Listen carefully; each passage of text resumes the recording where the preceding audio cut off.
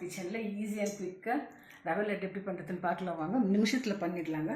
இது வறுத்து வச்ச ரவைங்க, பால், தேங்காய் துருவலுங்க, முந்திரிங்க, திராட்சை, நெய், ஏலக்காய், லவங்கம், சக்கரைங்க, கொஞ்சம் பச்சை கருப்பூரம் வச்சுருக்குறாங்க. இப்போ இது வறுத்துக்கலாங்க. முந்திரி திராட்சை வறுத்துக்கிறாங்க. வறுத்த முந்திரியிலங்க ரவை போட்டுக்கலாங்க. ரவை போட்டுட்டுங்க கொஞ்சம் வறுத்தாச்சுங்க. இப்போ இதில் கொட்டிக்கலாங்க. சூடு இருக்கும்போது பால், தேங்காய் துருவல் போட்டுக்கலாங்க. இப்போ பச்சை கருப்பு கொஞ்சம் போட்டுக்கலாங்க. தேங்காய் துருவலுங்க, ஏலக்காய், லவங்கங்க, கொஞ்சம் நெய்யுங்க, பால் ஊற்றிக்கணும். இப்போ பால் ஊற்றிக்கலாங்க.